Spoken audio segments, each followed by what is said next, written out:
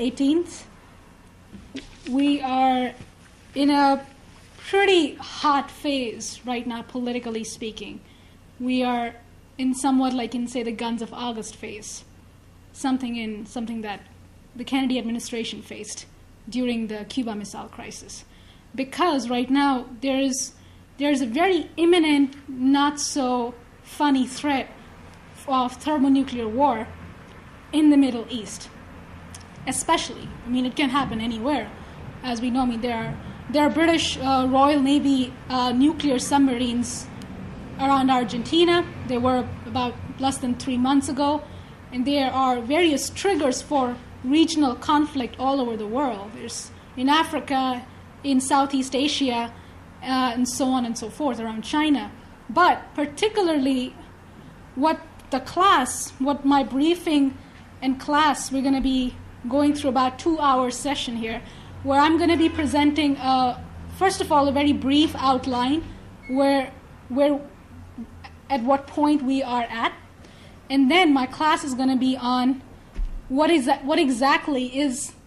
how exactly does the oligarchy operate?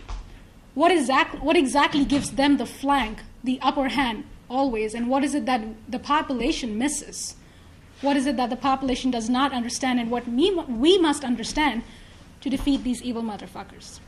So that's my class. And I'm going to use Tony Blair as a case study, because he's an important character, an important player.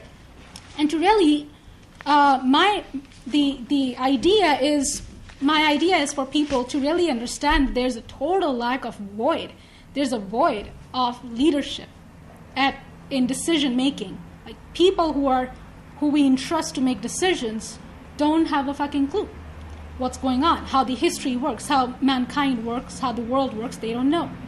And therefore, that should panic people, and that should force people into understanding these principles on how does the world work, how does mankind work, and how we must get out of this.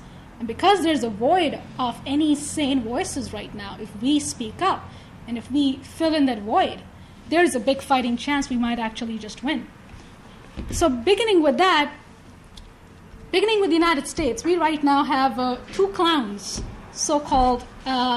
Until last week, we had about 2 clowns running for the presidency. But about a week ago, an important flank was introduced.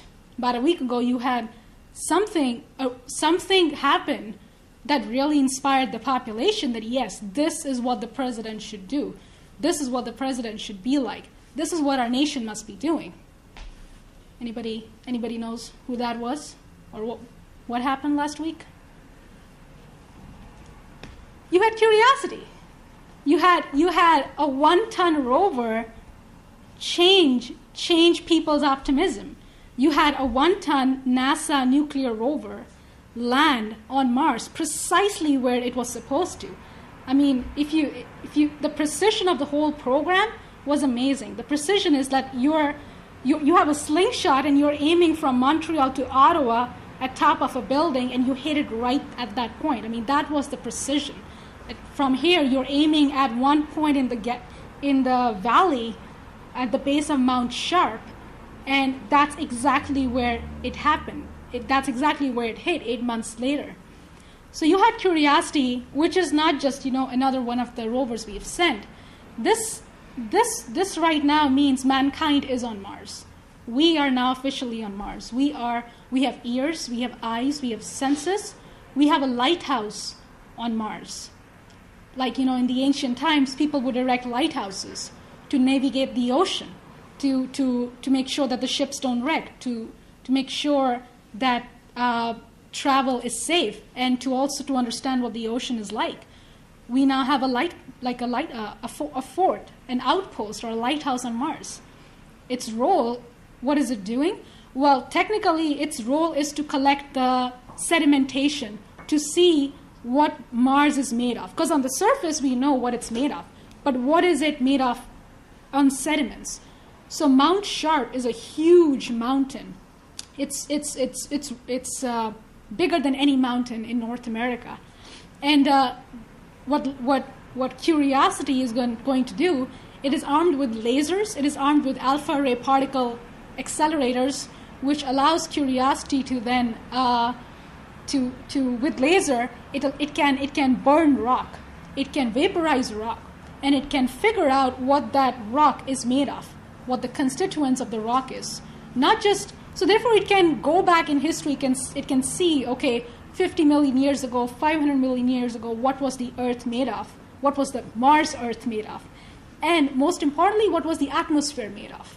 Because you can tell a lot through sedimentation. So this feat, this is something, like if people saw videos of, NASA posted an amazing video called the 7 Minutes of Terror, kind of really dramatized the whole process of the whole thing landing, and it's a good video to watch. And then it was the Curiosity itself, the mission was televised live all over through the internet to the whole planet, and it was played in Times Square.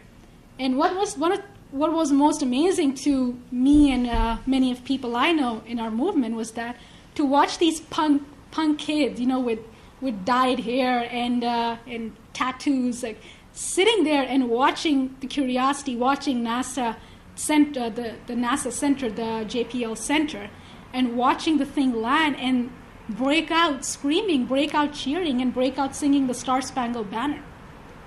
Really giving them an optimism. I mean, these are kids who really, at their best times, they really are not very moral, or they're not thinking about the future. But an event like this changed their perspective that yes, there's something better, that yes, America stands for something better. And despite, even they didn't realize why they are excited so much. This really represents that our population worldwide, not just in Times Square, you had the same responses in Germany, you had the same responses all over the world. Like the next day, the Indian Prime Minister releases a report and says, we are allocating $82 million to send a satellite to Mars. A very poor country doing it because it realizes now, because the United States launched that, now other countries can work with the United States, can work with Russia and China to send satellites to break scientific barriers, to go for real scientific development in order to make sure that that 50 years from now, there's a real future for the whole population. So this thing really inspired the world. And what LaRouche said, the founder of our organization, who is an economist, what he said is that Curiosity landing itself is not so important. It is one event in a major arc of human evolution. And it really, Curiosity just gives people an optimism of what we can do next, of the fact that we don't have to, like the laws of the universe are not bound to monetary physics. It's not bound to the monetary system. It's bound to a higher idea. And we must work on that higher idea and force our monetary policies to work on that. So what LaRouche said is that the Curiosity event and the whole Mars colonization aspect is very much like when mankind conquered the New World. When after the Dark Age in Europe, which wiped out 1/3 of the population, you had a small minority of leadership say enough is enough. We can't deal with this oligarchical system. We can't deal with this slavery and feudalism. We have to get out. We have to take the best of our culture, which is the Renaissance, Christianity, and art and music. We have to take this and take it to the New World, take it to uncharted territories, and develop a culture there. Develop a culture there with people there. And they had no idea if it's going to work or not. But they did it, and we had... All right, so this is what happened about 400 years ago, where you had a concept, an idea of mankind which drove this colonization, which drove the successful parts of the colonization. I mean, if you look at the most successful colony in North America was the Massachusetts Bay Colony. I'm not talking about the ones that were sent by other other oligarchies from Europe, which were to just sabotage and kill the native population. I'm talking about the kind of idea that the Massachusetts Bay Colony represented, the John Winthrops, the Mathers in North America, and their allies represented when they pioneered the mission to come to North America, to come to the New World. And that's something which allowed them to be successful, which is something which we have to realize is that that's the same idea which is going to allow us to be successful. And this concept of doing something for the future of mankind, of us being part of the solar system, this is something that is the flank needed to stop World War III. This is something which is the real alternative, which is the only alternative. Okay, if we are not going to go towards wars and bailouts, what do? How do we grow our economy? Well, nations cooperate towards developing Mars. Why? Because we need to defend the Earth. We need to defend the planet, defend our people from hunger, from poverty, from these asteroids and earthquakes. So we need to get as far as possible, because we know that Earth is not alone. What's going on? What is causing Earth? I mean, even things like cloud formation, we know that it's caused due to solar storms, changes on the sun. So we must understand what is the world we are living in order to protect the Earth, in order to defend the Earth. Which is why we must go to Mars. Which is why our forefathers came to North America, not necessarily to escape a tyranny, but to say we need to protect our future. We need to create a better future, and we have to create a different horizon, and then use that in the future to then come back to Europe and smack them in their faces. That was the idea under Ben Franklin, that we're going to establish a republic, and we're going to use it. We're going to use it to free other nations. We're going to take this example and inspire other nations to do it. And we inspired China to do it, like Sun Yat-sen was inspired by Abraham Lincoln. And Japan was inspired, and all the major industries in Europe were inspired under Ben Franklin. I mean, we produced a lot of material. I don't want to go into too much, but the fact is that my point is that what's going on in Mars right now should inspire people and make people very, very happy. There is a future.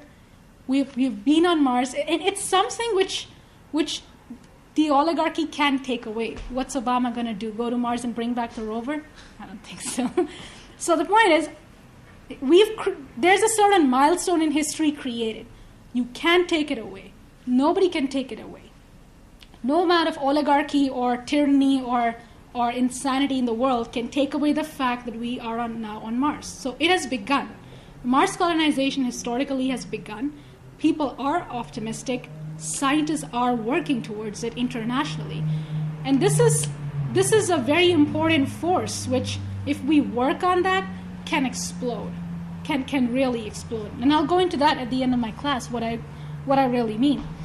But to give people an example is that, can you really inspire people day to day with it? Can we really do it? Can you really talk about this to people and people will get it? Well, yeah, they will get it.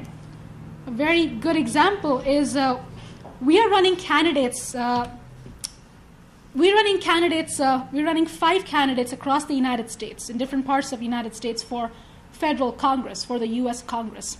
One in Texas, Seattle, Detroit area, Boston, and New Jersey. And a couple of primaries have already happened. But one of those 5 candidates from our movement is called Rachel Brown. And she made history. She made like headlines in 2009 when she was at the town hall of Barney Frank, an Obama supporter Democrat on the top right. And she blatantly asked him that, why do you still continue to support Obama's policies when they're just like Hitler policies? And you had massive booing, and you had massive like shame on you, or clapping and applauding for her guts. And Barney Frank said, talking to you is like talking to a dining room table. And he just couldn't answer it because he was just taken aback by it. And so what we did is that we put this dining room table, or Rachel Brown, up for elections against Barney Frank. We said, okay, if you're such a smartass, we're gonna fight you. We're gonna fight for elections, because not so much as we weren't doing it to win, but we wanted to show the nation in 2010 that if you fight on principles, you create a serious divide in the population. Because if somebody's standing up for election, your role is to put reality on the table. That was our role. Here's reality, and I'm not letting you escape from it. I'm here to debate you, and you're accountable for it. So you had a real display of leadership by us, and we and then what we did is, on the top left, is we challenged Barney Frank to a debate. We said, debate us, and the debate can be viewed online on YouTube or on our website. It's a pretty good debate. We really pave his ass, and I mean, this is something which Rachel Brown is running again. In 2000, her primary is in 2 weeks, and she's running again. And Barney Frank isn't running. He retired. He couldn't take it, because he said that he said after 2010, the elections, that although I won, the whole election cost me my marital life, and he spent like $1 million on the whole campaign, whereas we spent something like $20,000, 150 amount, and created national headlines and a real divide in the population. So as of now, you don't have Barney Frank running, and you have Rachel, a very important force in the whole nation to counter it. And this is pretty funny. Like in the bottom left, you have a guy holding a sign, "Don't make us go town hall on you," like referencing back to 3 years ago, the Rachel Brown intervention. And there you have Barney Frank being forced to look at one of our posters. Almost like a reflection. All right, so Rachel Brown's running again in Massachusetts' 4th District, and she's running in the Democratic side, she's running on the Democratic ticket. And she's running against 2 more people. One is Herb, what's his name? Herb Robinson, the fat guy on the left, and Joe Kennedy III, which is Robert Kennedy's grandson, which is on the right. And she had a debate with these people 3 days ago, which is now online. It'll soon be posted on our website. We're trying to compile it. And the debate is, I have a few highlights from the debate, which I want to share. Because the point is, Rachel led the whole debate, and this is the first of 3 more debates to happen this week. So in the first debate, you had about 300 people in the audience, and it was televised live on the local channel, so many more were watching it. And Rachel frankly laid down that, look, we can't afford to get pessimistic. Look at what's happening on Mars.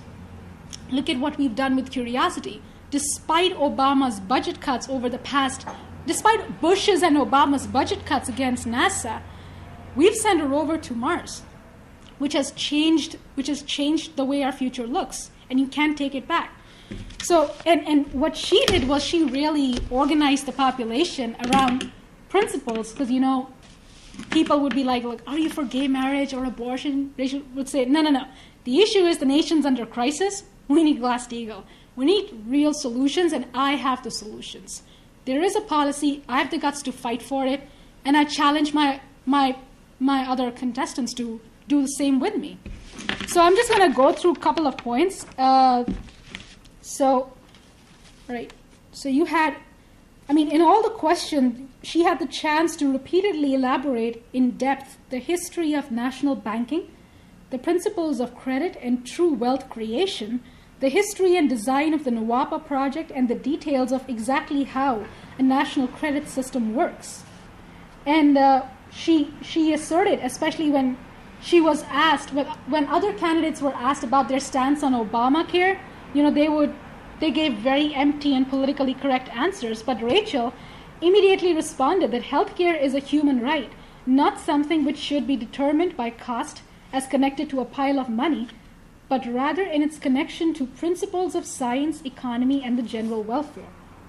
And the best part of the debate was when Rachel went through NWAPA. the North American Water and Power Alliance, which is something a major water management program, a flood control, irrigation, engineering program for the whole North America. And this is something that was pioneered under the Kennedy administration. This was to be started in 1960s along with NASA. That, okay, we use NASA to go to space, make breakthroughs there. NWAPA is how we apply those breakthroughs on ground in agriculture, in research, in developing the land, in developing the desert. Because by sending things on Moon and Mars, because the terrain is so rugged and dry, we'll get a better sense of how to develop our rugged and dry terrains, be it the deserts or the Arctic. So this is something, NWAPA, something actually that Bob Kennedy, his grandfather, endorsed in 1960s, which he did not know about. So what happened was that Rachel went through NWAPA, and then she read the letter that Robert Kennedy had written as a United States Senator endorsing NWAPA, and stating that this is important for the whole nation, for the West and the East. And this guy, Joe Kennedy, listened. I mean, it'll be soon on the website, the whole debate, and if you just watch his face, he didn't know that. He was shocked, and in a very good way. After the debate, he was genuinely interested and took this report and said he will study it. And this guy was genuinely shocked that his own history, he does not know that his own history. But what Rachel established during the debate is that the true heirs of the Kennedy or Roosevelt legacy is Rachel Brown, is our movement, not Joe Kennedy, not FDR's grandson, or that's not how legacy is really passed. Legacy is passed in terms of ideas, and successors, real successors, are successors of ideas, not DNA. And because our movement represents that, this is what gives us the authority to change the world. Unlike the oligarchy, where what gives you authority to make decisions? Because of your DNA, because you're a king. Why? Because you're born as a king. Whereas in a republic, what gives you the authority to change the world is the quality of your ideas, which you inherit, yes, but not necessarily through your genes, through understanding history, through understanding people who acted in history. So the debate is pretty good. People should watch it, and on the website it'll be posted soon. And with that, we come to the war threat. We come to a very, very important threat, which should not be taken lightly. There have been many, many people in the U.S. establishment, in the military establishment, and even in Israel, Iran, Russia, China, Europe, who have come out saying that bombing Iran is the stupidest thing ever, and this is something which must not happen. So people like these, people like the Joint Chief of Staff of the United States or the ex-president of Israel, these people don't come out, they don't waste their time saying these things. They really mean, they want to be heard when they come out in the media and warn the population. The latest of the voices, the most recent voices to join this call for not bombing Iran is this guy whose name is Colin Kahl, who was part of the Obama administration. And he was the former Deputy Assistant Secretary of Defense, Colin Kahl, and he gave an interview about 2 days ago to allmonitor.com. What he said is that, I think it is more, well, can you read it, Dave? No, this part. I think it is more likely Israeli leaders are preparing the Israeli public for a strike and creating a narrative for the international community that diplomacy and sanctions have failed, and thus Israel has no choice. Kahl said, there is clearly a crescendo emerging, and there is a lot of detailed, point-by-point argumentation laying the foundation for a potential strike. At the end of the day, the Israeli leadership is building the case that they can trust no one but themselves on this issue, he said. Right. All right, just this paragraph. I think the threat should be taken very seriously. The standard counter-argument is that Netanyahu and Barak are bluffing with the goal of pushing the international community to act, meaning pressuring us and the Europeans to increase sanctions, the Russians and Chinese to push Tehran, and/or force a near-term U.S. attack. The saber rattling could also be aimed at coercing the Iranians, but I don't think they are merely bluffing in this case. Right. Okay. So the whole interview is pretty good, and he's not the only one. I mean, these are voices to be reckoned with. These are people who know what they're talking about, because that's their job, to know what they're talking about. And so you've had... Bless you. All right, so that's the U.S. drought monitor. Okay, now this is something with the only way, again, to stop this whole war drive, this petty regional violence, is something it's nothing new to us. This is something that LaRouche, his wife Helga LaRouche, who is the leader of our German movement, our allies around the world, this is something which has been our fight for the past 40 years, especially in 1980s when we were successful in organizing the Reagan government to adopt the SDI, to adopt LaRouche's plan to stop thermonuclear war with Soviet Union and United States. The project under LaRouche was called Strategic Defense Initiative, which was to not go for amassing thermonuclear weapons, but to go for high technological investment in laser beam defense technology, which would allow Russia and United States to cooperate in developing this beam defense and using it to then revive their economy. Because in building beam defense technology, you're going to be changing the whole economy. You're going to be needing massive amount of steel. You're going to be needing massive amount of physical production also, but a lot of intellectual engineering production also. And what's this going to do? It's also going to accelerate the colonization of the moon, which had been stopped in 1980s after Kennedy. The Apollo missions were shut down. The moon colonization was shut down. Oh, thanks. And people in the Reagan administration and around in policy-making circles said that'll never happen. Like, you'll never convince Reagan for many reasons. I mean, he's surrounded by insane people. Like, his vice president was George H.W. Bush Sr. And LaRouche is a Democrat or Reagan's a Republican, blah, blah, blah. LaRouche said, no. This will happen because this has to happen. And I'm the only one, just because I am the only one saying it doesn't mean it will not happen. So in early 1980s, Reagan comes out on his usual television broadcast, in a broadcast saying the United States is going to adopt the SDI. The United States is now going for a major project with the Russians, and we are openly extending our hand to the Soviet Union to adopt this policy with us. I mean, this was a game changer, because this really meant that if Soviet Union adopts this, there's a real future for mankind. And also then the control for the control button is taken away from the empire, the British Empire, which back then was under Margaret Thatcher and London.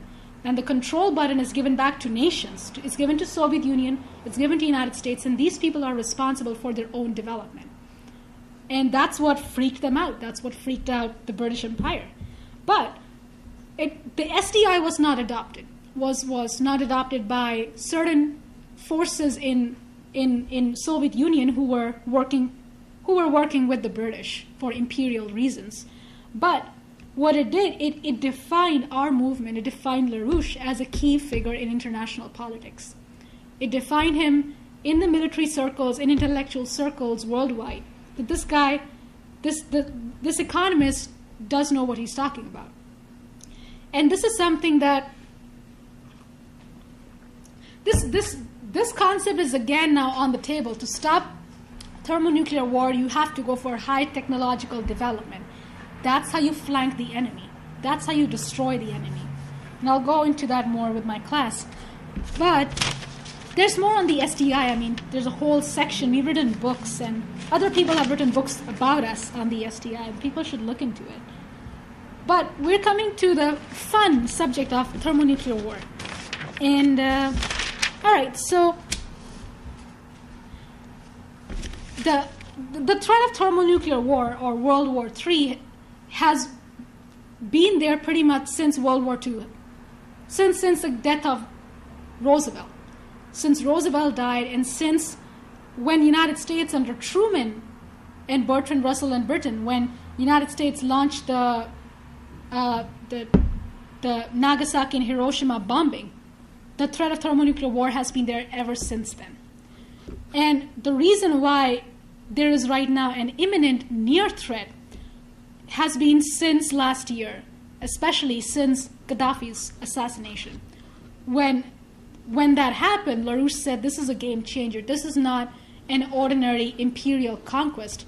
This is one step towards a giant leap towards global conquest, towards global chaos. Because, why? Because the financial system is dying. The British, because, I mean, the empire is a financial empire in the end, and their system's dead. So in order to, you're dealing with a psychotic empire. You're dealing with an empire that's willing to kill its own people, like its own people in Britain and in Europe, to sustain itself. It's a very psychotic mentality, and we'll get into that later.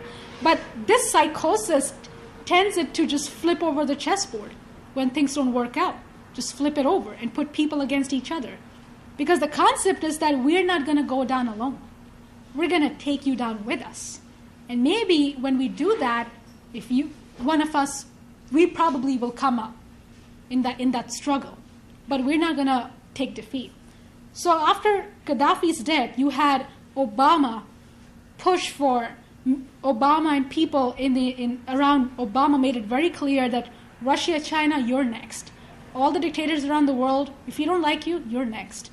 And what Obama did is, United States escalated its ballistic missile defense system in Eastern Europe, pointing its ballistic missiles directly towards Russia and China. And that's when, in late 2011, Medvedev, then the president of Russia, came out saying that what's going on? Why are all these missiles pointing towards Russia? Aren't we supposed to be cooperative superpowers? I mean, why do you have a gun pointed in my face? And not just any gun, a ballistic missile to all my domestic war terminals, all my military bases in Russia. So there was really a block from the United States. Like, the U.S. would not respond to that question.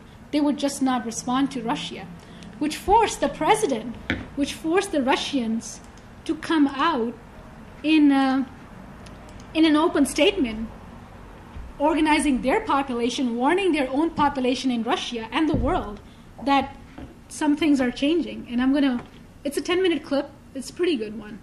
And this warning came out in December 2011.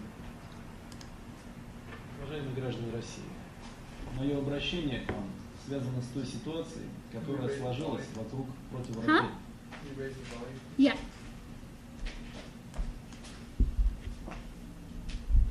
I'll do it, don't worry. Уважаемые граждане России, мое обращение к вам связано с той ситуацией, которая сложилась вокруг противоракетной обороны государств НАТО, сложилась в Европе. Напомню историю. Она довольно сложная и с Соединенными Штатами, и со странами НАТО по тем вопросам, которые касаются противоракетной обороны. Я вспоминаю, что когда президент Соединенных Штатов в сентябре 2009 года пересмотрел планы своего предшественника по противоракетному строительству Соединенных Штатов в Европе, мы отреагировали на это вполне позитивно. Данное решение было разумным, и оно помогло заключить важный договор о сокращении и ограничении стратегических наступательных вооружений, который был подписан не так давно, и в котором четко зафиксирована неразрывная взаимосвязь между стратегическими вооружениями и противоракетной обороной. Еще раз хотел бы сказать, что это было большим достижением.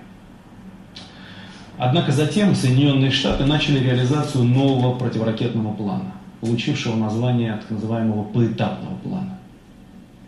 Именно он вызывает нашу озабоченность. Дело в том, что в перспективе он предусматривает размещение соответствующего потенциала ракет и других противоракетных средств вблизи российских границ и в примыкающих к России акваториях. Год назад на саммите Совета Россия-НАТО в Лиссабоне мною была выдвинута инициатива создания в Европе совместной системы противоракетной обороны. Уж если заниматься ПРО, то мы предложили заниматься этим совместно. Такой системой, которая была бы построена по принципу секторов, когда каждая сторона отвечает за определенный сектор. Более того, мы делали предложение. Мы были готовы к ее дальнейшей модификации с учетом мнения натовских партнеров. Но так, чтобы сохранить главное. А главное в том, что Европе не нужны новые разделительные линии, а ей нужен единый периметр безопасности с равноправным юридическим участием российской стороны. Я убежден, что и сегодня подобный подход открывает уникальные возможности для выхода России и Североатлантического альянса на подлинно стратегическое партнерство. Ведь трение и конфронтацию в наших отношениях могут заменить принципы равноправия, неделимости безопасности, взаимного доверия и предсказуемости. К сожалению, Соединенные Штаты Америки, а вслед за ними и другие натовские партнеры не проявили серьезной готовности двигаться в этом направлении. Они не собираются, во всяком случае на сегодняшний день, учитывать нашу озабоченность архитектурой европейской ПРО на данном этапе. Нас лишь убеждают, что их планы не направлены против России. Причем говорят о том, что так, это не против вас, вы не волнуйтесь, что называется, успокаивают. Но это на уровне исполнительной власти. А законодатели в некоторых странах прямо говорят нам: имейте в виду, это против вас. А когда мы ставим вопрос о том, чтобы положить это на бумагу в форме четких, недвусмысленных юридических обязательств, следует жесткий отказ. Мы занимаем разумную позицию. Мы готовы обсуждать статус и содержание таких обязательств. Но наши коллеги, наши партнеры должны понимать, эти обязательства не могут быть общими, они не могут быть голословными. Их надо сформулировать таким образом, чтобы Россия не на основе обещаний, каких-то заверений, а по объективным, а именно военно-техническим критериям могла судить, как действия Соединенных Штатов, НАТО в области противоракетной обороны соотносятся с их декларациями, что они делают. Не ущемляются ли наши интересы, не взламывается ли стратегический ядерный паритет. А это основа современной безопасности. Мы не согласимся участвовать в программе, которая через относительно короткий промежуток, 5, 6, может быть 8 лет, способна ослабить наш потенциал сдерживания. Именно эта программа европейской ПРО, она начала осуществляться. И, к сожалению, ее реализация идет все более быстрыми темпами. Она осуществляется в Польше, Турции, Румынии, Испании. Она ставит перед свершившимися фактами. Конечно же, диалог с Соединенными Штатами и НАТО в области ПРО будет продолжен. Об этом мы условились с президентом Соединенных Штатов Бараком Обамой совсем недавно, в ходе нашей встречи, где мне вновь пришлось предельно четко изложить наши озабоченности. Время для того, чтобы прийти к взаимопониманию, еще есть. И у России имеется политическая воля для достижения необходимых договоренностей, которые могут открыть принципиально новое отношение, страницу в наших отношениях с Соединенными Штатами и Североатлантическим альянсом. Если партнеры честно и ответственно подойдут к задаче учета наших законных интересов в сфере безопасности, то тогда, я уверен, мы сможем договориться. Если же нам будут предлагать сотрудничать или, скажем, откровенно работать против наших же собственных интересов, наш общий знаменатель, мы его не сможем достичь, он у нас не получится. И нам придется давать иные ответы. А наши действия будут выстраиваться сообразно реальному развитию событий. Причем на каждом предстоящем этапе реализации американского плана. В связи с этим мною приняты следующие решения. Первое. По моему поручению Министерство обороны России незамедлительно введет в боевой состав радиолокационную станцию системы предупреждения о ракетном нападении в городе Калининграде. Второе. В рамках создания системы воздушно-космической обороны России в первоочередном порядке будет усилено прикрытие объектов стратегических ядерных сил. Третье. Стратегические баллистические ракеты, которые поступают на вооружение ракетных войск стратегического назначения и нашего военно-морского флота, будут оснащаться перспективными комплексами преодоления ПРО и новыми высокоэффективными боевыми блоками. Четвертое. Вооруженным силам мною поставлена задача по разработке мер, обеспечивающих при необходимости разрушение информационных и управляющих средств системы ПРО. Указанные меры являются адекватными, эффективными и малозатратными. Пятое. Если перечисленных мер будет недостаточно, Российская Федерация разместит на западе и на юге страны современные ударные системы вооружений, обеспечивающие огневое поражение европейского компонента ПРО. Одним из таких шагов станет развертывание ракетного комплекса «Искандер» в Калининградском особом районе. Будут подготовлены, а по мере необходимости реализованы и другие мероприятия по противодействию европейской составляющей американской противоракетной обороны.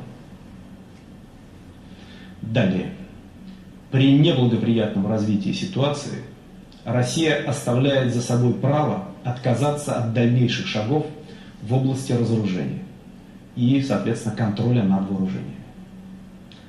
Кроме того, учитывая неразрывную взаимосвязь между стратегическими наступательными и оборонительными вооружениями, могут возникнуть основания для выхода нашей страны из договора об СНВ.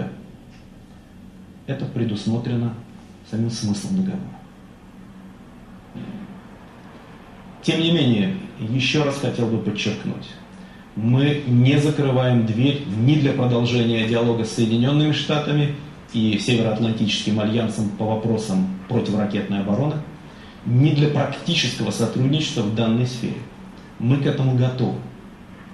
Однако путь к такой работе лежит через создание четкой правовой базы нашего взаимодействия. Такой базы, которая обеспечит учет наших законных интересов. Мы открыты к диалогу и рассчитываем на разумный и конструктивный подход со стороны наших западных партнеров. All right. So this was way before Syria discussion happened or Iran discussion happened. Russia was very clear that the targets, and China was also very clear that the target is Asia in general. And people around it who understood that threat were very clear from the beginning that whatever follows from now on is around these path lines. Whatever followed from then on, be it Syria or Iran or Lebanon, it's not about that. It's not about Syria. It's about a greater chaos, especially directed against Russia and China. And based on this, if people, all of our allies, all of our supporters who work with us in various policy-making layers were very clear from the beginning that it's not about Assad, it's not about these petty problems. It's about a bigger game that's being played, and therefore we can't afford to get played into it. Now, one of the most important players, ever since then, you both. Do you want to come sit there, maybe? Because you don't know if you can see it. Yeah. No. You sure? Yeah. Yeah, we better. And ever since this speech and since Gaddafi's death, you've got Russia coming out again and again that we are not bluffing. Like don't take us lightly. We will strike back if there's an attack on us. And not just Russia, but other countries too. We'll get to that later. But what gives Russia the upper hand? Why is it that Russia and China, what is it that they understand which has allowed them to resist war till now? Because the plan was to go into Syria and Iran as soon as Libya happened. The forces were there, the chaos was there, the world was ready to do it. It was paralyzed. You had a certain few weeks of paralyzation. But you had Russia say absolutely not. We went along with Libya because we thought you guys knew what you were doing, but you guys don't know what you're doing. You guys have your own agenda. And we're not giving into that. So ever since then, Russia came out again and again saying, we are not going to go into Syria or Iran or any other nation because it's a nation. Because the issue is sovereignty. Because the issue is we say we believe that a sovereign nation has certain rights of its own, and it has to be protected. Which is the rest of my class is to understand what is this sovereignty, what is it that Russia understands and China understands, and what LaRouche has made them understand over the past decades of his work in Russia and China and worldwide. So here's some quotes from Medvedev. Max, can you read that? Sure.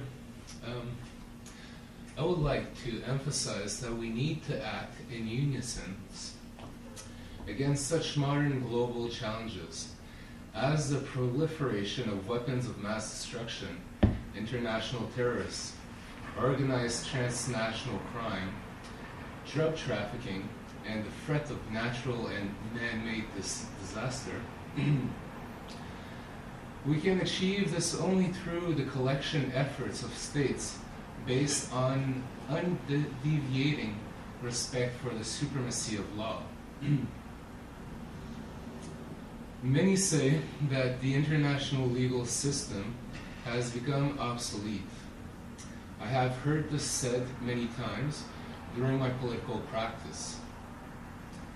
They say that its norms do not always ensure an effective response to new challenges. This is partly true because everything eventually becomes obsolete, and the legal system is no exception. But the acute need for modernizing international law does not mean that we should abandon its founding principles, which I believe is an obvious truth. Particularly dangerous, in my view, are unilateral actions made in violation of the fundamental principles of the Charter of the United Nations, which is the main venue where the international community brings its problems. In fact, this is the only venue we have, even though some may not like it. But it truly is the only venue. And when we understand that the UN Charter calls for respecting the supreme power of law and the sovereignty of states. I'm sorry. Oh, yeah. Whoa. My bad. Okay. One more thing that I believe important considering my experience in politics, is the concept of state sovereignty. It should not be undermined, even if for the sake of achieving some immediate political gain, including an election to a particular post. Right. Such attempts threaten global order. There have been many recent examples of the concept of state sovereignty being undermined.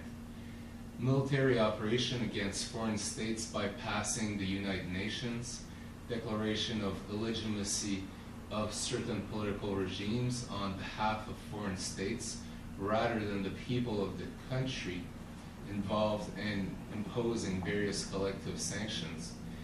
Again, bypassing international institutions are some of them. This does not improve the situation in the world, while rash military interference in the affairs of another state usually results in radicals come into power. Such actions, which undermine state sovereignty, can easily lead to full-scale regional wars even. I'm not trying to scare anyone here. With the use of nuclear weapon, everybody should remember this, especially when we analyze the concept of state sovereignty. Right. So, what is the concept of state sovereignty? It does not mean that you're on your own and I'm on my own, and your problems are not my problems. That's not what Russia is saying, because he says that the United Nations Charter is the highest law that we must abide by. That is, we have laws. Yes, we must protect our own laws, but we also have a higher law which governs us internationally, set in the United Nations. It's not perfect. There are many problems in it. Like, it's also abused. But there's a concept there that laws are based on cooperation. We make laws in our society so that we can progress together. We don't make laws, at least laws should be made on that basis. Laws aren't always made on that basis. Like, we don't have laws so that you and I don't kill each other, so we have certain boundaries which we don't cross. That's not what laws are for. So this is an important point, because this is what sophists like Tony Blair or others attack, and what people get fooled into, that sovereignty means you're on your own and your problems are your problems. No, that's not what sovereignty is. What is the concept of sovereignty? We'll get into that in a minute. But you have Putin again similarly saying, Meredith, you want to say that? It's obvious that the world will never be the same.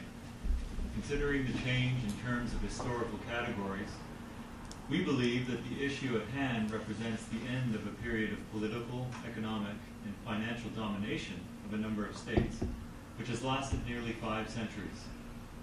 The main global growth centers are shifting out of the so-called historical West. Financial domination, which has lasted nearly 5 centuries, if that's not the British Empire, I don't know what is that he's talking about. So yeah, I mean, the leadership in the eastern part of the world, if you may say, knows very clearly that where the world's headed. Not just militarily, but also economically, and they go hand in hand. And ever since then, you've got an increasing amount of calls, like I said before, in the military establishment, in the policy making, especially in the United States. You've got United States General Martin Dempsey, the Joint Chief of Staff chairman. You've got ex-Mossad chief Mir Dagan. You've got Benny Gantz, the Israel military chief, all saying, don't be stupid, we don't have to bomb Iran. And very clearly coming out again and again and again, countering Netanyahu, countering Ehud Barak, the defense minister, countering Barack Obama, that no, absolutely not. In fact, what they have been doing is working with Russia, working with China, calling their counterparts over. Like General Martin Dempsey in July, he called over General Makarov, his Russian counterpart, that, hey, I know my president sucks at having discussions, but I am open. He's not the only one who's representing the country. So let's talk. So this is an important flank. Now, what is it that these people understand and what is it that gives us the option of winning? What is it that gives us the even faint glimpse of we may win? Well, the problem in our education system, I wish we had more students today, but the problem with our education system is that history isn't taught. If you are in history, you're not really taught universal history, which is something important because this is not the first crisis. This is not the first war that we've been in. A very good example of when society was under the same war conditions, was under the same war, economic pressure, and also an empire creating those conditions was in Europe in 1600s, where you had something called the 30 Years' War. You had a war for a good part of half a century in Europe between different, it was basically on religious reasons, and then it became based on kingdoms and kingdoms fighting against each other and people trying to cut their brother's throat to get the throne. It was a total chaos. People at a point didn't even know whose side we are on because things are so complicated. So you had an insanity which was created by an empire, which was created by Venice, which was created by the oligarchy in Europe. And after about 30 years, some people got some sense and realized that, hey, wait a minute, why are we killing each other again? Like, look at our population. Like in Germany, parts of Germany, 50% of the population wiped out. Some villages took 100 years to get their population back up again. All over Europe, you had 30% of an average of 30% of the population gone, wiped out. Cultures gone, languages gone, the way of life gone. In many regions, like for hundreds of miles, there would be no men because they were all sent to battle. So there's no more. The culture's gone. There's no more progeny. There's no more next generations. So you had a couple of people come together, a couple of leading authorities in that time, and that's a whole class in itself, the 30 Years' War. And they came together and they established a peace which is called the Treaty of Westphalia, signed in 1648. Now, it didn't take 1 year. It didn't take one meeting. It took decades. It took like 10 years or 15 years for negotiations and people to meet and, realize that, okay, we got to work together. We don't like each other, but we can't kill each other. And imagine doing all that, in an age without any mass communication. So you write a letter, you send it to a horse, and the horse takes like 30 days to get to the next place. And then he writes a letter, and that takes 40 days for you to come back. So it requires a lot of work, and it's very hard. Despite, it's hard today. Imagine how hard it is 400 years ago. And your messenger might not get there because he might get killed in the middle, and then you have to send the letter again, and blah, blah, blah. So there's a lot of crazy stuff. But despite that, people... This is the fifth I know. But despite that, you had in 1648, nobles and kingdoms came together, and they said, enough is enough. They just didn't sign the document. They didn't say, okay, we are buddies, let's have a drink. They said their treaty was determined on, we're going to establish peace because we're going to start cooperating with each other in trade, in developing each other. You've got a good agricultural base. I've got a good mining base. Let's work out treaty. Let's figure out a way so that our population prospers. Let's figure out a way to end poverty and make people busy in creative ideas so they don't start thinking about war. There's no time to plan war because people are busy planning a future. So that's what the Treaty of Westphalia was. And the first two articles of the treaty are very good. Dave? Do I start from the top? Yep. The articles? No, just stop. The Treaty of Westphalia of 1648, bringing an end to the 30 Years' War, which had drowned Europe in blood in battles over religion, defined the principles of sovereignty and equality in numerous subcontracts, and in this way became the constitution of the new system of states in Europe. We quote the two key principles.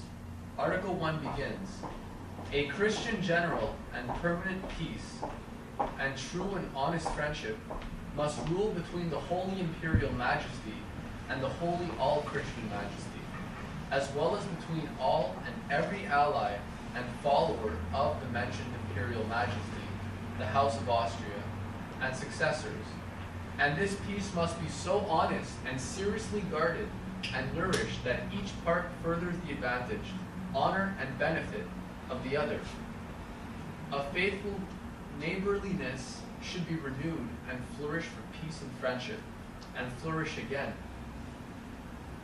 Peace among sovereign nations requires, in other words, according to this principle, that each nation develops itself fully and regards it as its self-interest to develop the others fully, and vice versa, a real family of nations.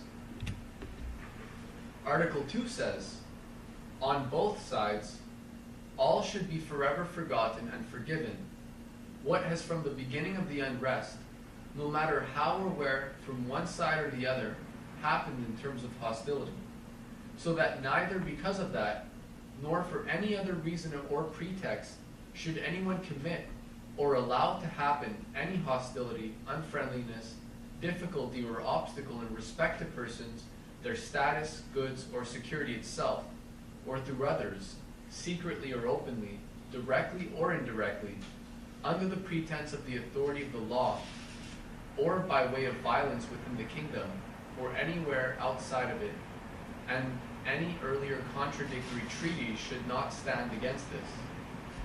Instead, the fact that each and every one, from one side and the other, both before and during the war, committed insults, violent acts, hostilities, damages, and injuries, without regard of persons or outcomes, should be completely put aside, so that everything, whatever one could demand from another under his name, will be forgotten to eternity.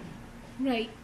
So this was a major step in evolution of mankind. I mean, seriously, we wouldn't have a civilization today if this concept was not adopted, because it was understood. It was understood in ancient Greek times, and but it was finally adopted and tried and tested, and it worked.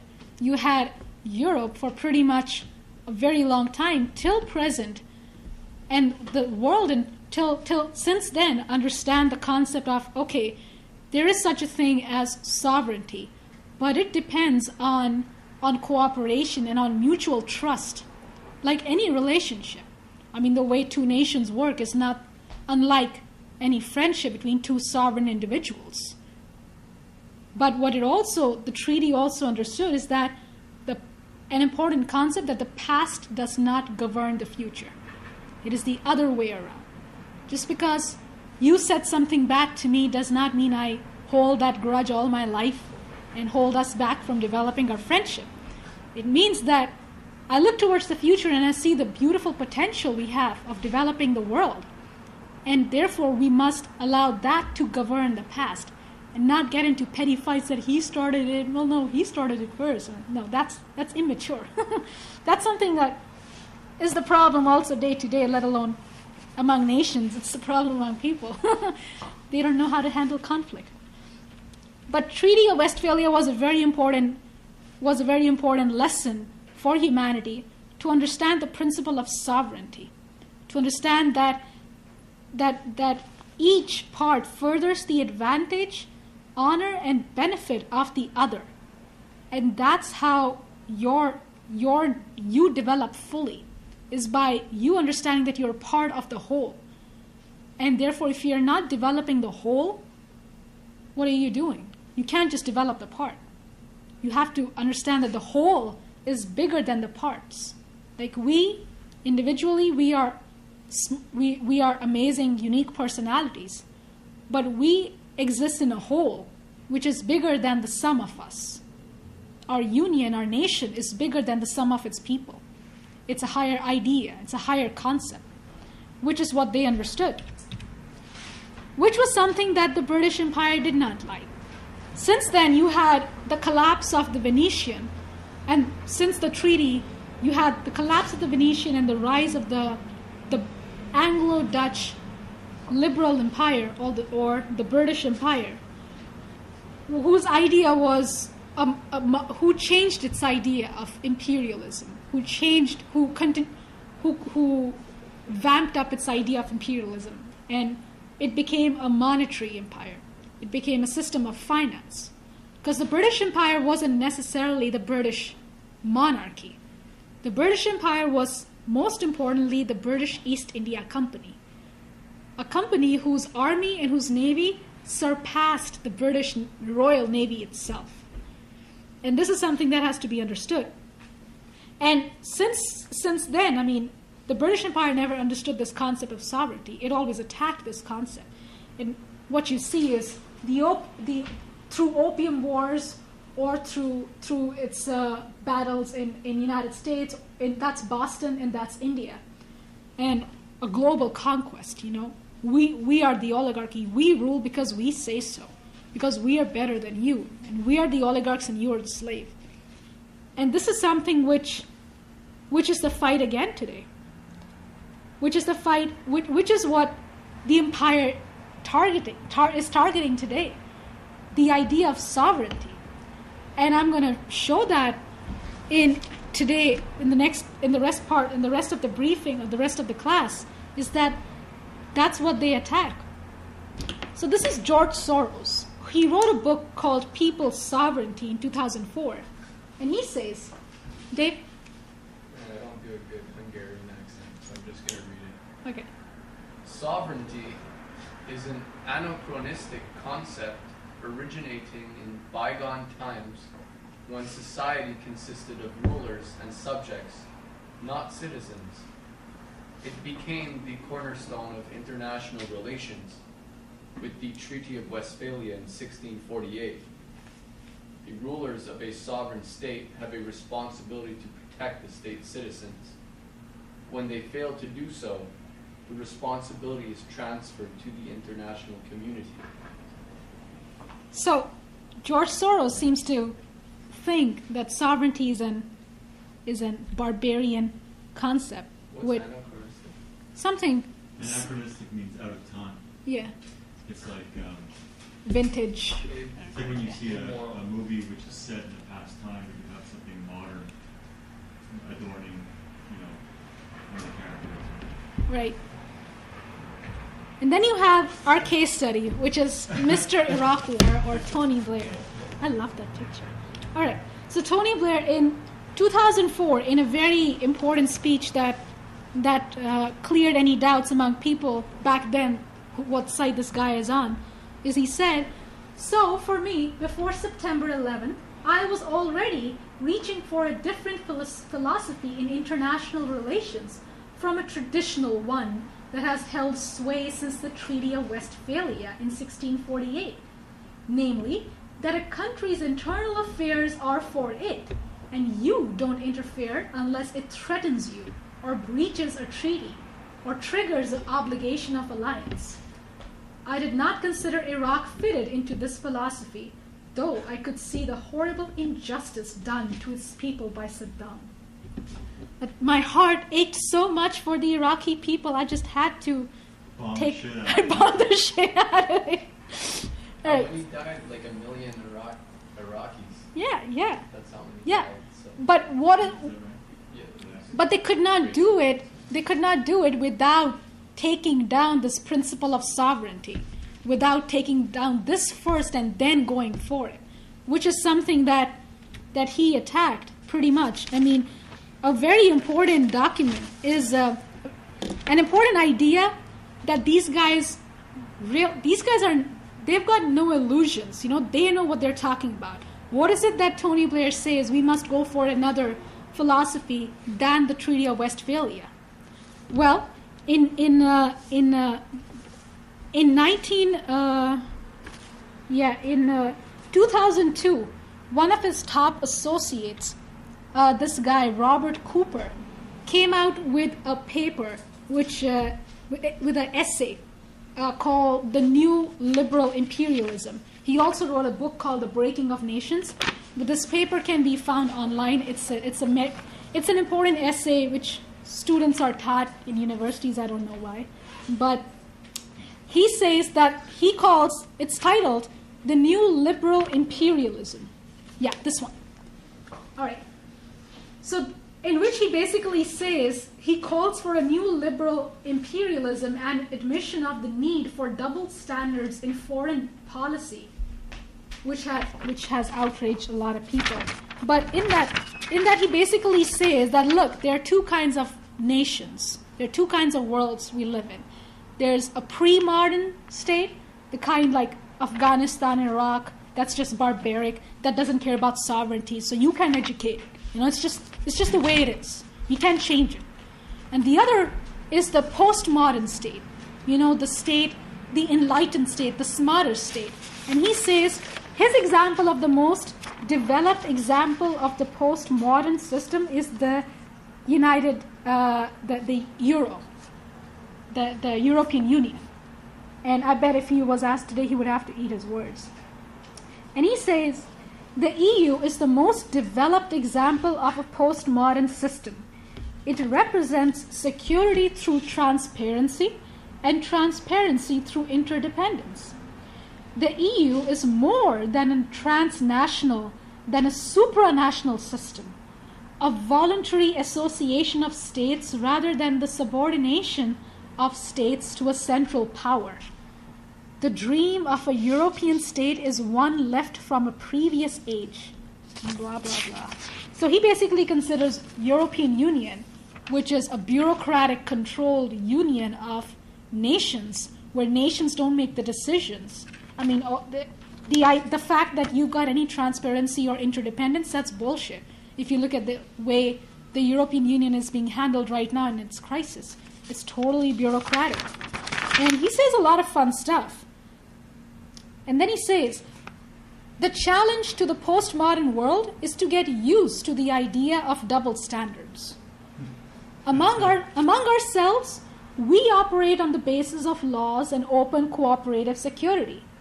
But when dealing with more old-fashioned kinds of states outside the postmodern continent of Europe, we need to revert to the rougher methods of an earlier era.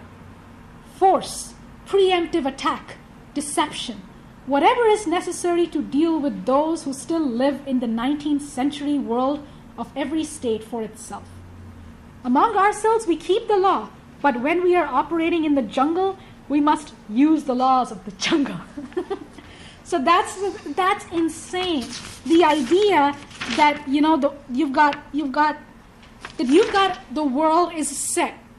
There's no change in the world, and you just gotta deal with it. Some people are stupid, and some people are not stupid, and you gotta have two kinds of law for those kinds of people. And yes, you can make the stupid people any better. No, you just can't do it. You can't develop Africa. You can't develop the Middle East. It's just always war and war. That's what you get from people. This idea that the world is fixed, which is what these guys feed on. These people say, yes, because you believe that, therefore you agree that we should be barbarians with the barbarians, right? Absolutely not. This is not, even 400 years ago, people said, no, that's not the truth, and we're going to prove it, and they did prove it, that the world runs contrary to that. We set the standards. We say, this is what must be, this is what our country must do, and we do that. We don't say that, oh, our country is a mess, so we are going to be a mess too. That's not what the Treaty of Westphalia did. You set a standard and a goal for your nations, and you achieve that, which is what any healthy human individual does too. We set goals in our life. All right. And so then he's... Yeah, under his double standard, no, it does. And this guy is the topmost British diplomat. He's one of the topmost. I mean, he's just a mouthpiece of imperialism. It's not his idea. He was the advisor to Tony Blair. He's the guy you read when you read about Tony Blair's responsibility to protect policies. Robert Cooper. Anyway, so his whole article is pretty good. And he basically says that the kind of world we must become is the European Union. I mean, that's the ideal state, no government intervention at all. Working so great. Yeah. I wanted to say as well, point out, England is the only state that has the euro. Of course. Yeah, isn't it funny? The guys who propose it, like this guy, Robert Cooper, he works for the European Union. He works right now, he's an advisor to the I forget the name, but he's an important delegate to it. And so he basically says that his idea is that a government in which no single country dominates and in which the governing principles are not ethnic but legal. That is, law is a contract. We make law like we make a contract. Okay, you sell me some steel and I'll send you some coal, and that's law. No, that's not law. Like, that's what the Treaty of Westphalia said. That's what the United States Constitution says. Laws come from a superior law, from the idea of justice itself. And that's what laws are made of. So here's one example of the British Empire never died. All right. So within that concept, that's very interesting. Would you say that, like, the idea of law within sort of the Westphalian principle is the idea of principle itself, whereas the idea of law under the imperialist system is really just a set of arbitrary rules made by people who have the physical strength enough to enforce those rules. Yeah. What and governs that our constitutes law exactly? under empire. Yeah, they say what governs our laws. It's Adam Smith, demand and supply. You want it, I got it. That's our law. That's pretty much it. It's plain out prostitution. That's law. Let's make a contract on that. It's stupid. But okay, so what's this guy Tony Blair? What he said in 1998 when he assumed leadership is that he said, my vision for the new Labour Party is to become the Liberal Party that was in the 19th century, a broad coalition of those who believe in progress and justice. So what's this Liberal Party of the 19th century? The Liberal Party of the 19th century that he's talking about, like the Liberal Party was set up by two people, by Lord Palmerston, the guy on the left, and by this guy, Lord John Russell, Bertrand Russell's grandfather, the guy on the right. Two people, highly evil, two people whose policies were, okay, why do we have the Liberal Party? What's our goal? Free trade, economic imperialism, that is globalization, the opium wars in China, the raping of India, the raping of the Southeast Asia, and worldwide military adventures. I mean, Palmerston presided over the opium wars, over the Great Mutiny in India in 1858, which was like a nationwide struggle against the British. It was pretty big and was crushed down by Palmerston himself. And the Irish potato famine. I mean, this guy basically said in 1850, he proclaimed the rule of civis Romanus sum, saying that every Briton is a citizen of this new Rome. So his goal was pretty much to establish a Roman Empire. He basically revitalized the dying British Empire. Why? Because before him, you had the British Empire got a very big slap in the face from the American Revolution. Who's the other guy you just saying? That's Palmerston. And the other one? John Russell. They both were prime ministers at one point or the other. But the reason why they represented something different, something fresh, a more refreshing era of imperialism, because they said, look, we've been defeated by the Americans. We have lost an important part of the world to the United States, and we've lost the Americas. Now, if we wanna keep winning at the game, we got to change the game, because they've discovered our flank. Like, United States discovered technology, and its industry and its navy surpassed Britain. So Britain said, okay, we can't match that anymore. So what we're going to do is we're going to change the game. We're not going to be a military empire anymore. We're going to be an economic empire. We're going to control the trade. We're going to control theories, and we're going to create theories which controls this trade. So they created Adam Smith. They created the free trade in opium, or the free trade in India, where farmers were forced to go cash crops like opium and cotton. They were forced to not grow food, but to grow opium and cotton. And opium would be taken to China, and cotton would be taken to Britain. So you had basically a world which they set up where every part would produce something that it would not consume. Every part would produce something that would be consumed by another part. So you had Africa, or you had China for agriculture, but it would not consume the rice. That rice would be consumed by other people at a higher price. India would be forced to grow opium and cotton. It would not consume it. It would be forced to give it to the British. The British would sell it at a very high price. So they control the trade. Today it's called globalization, which is nothing nice. It's not developing third world country. It's making them more slavery because they're not consuming what they're producing.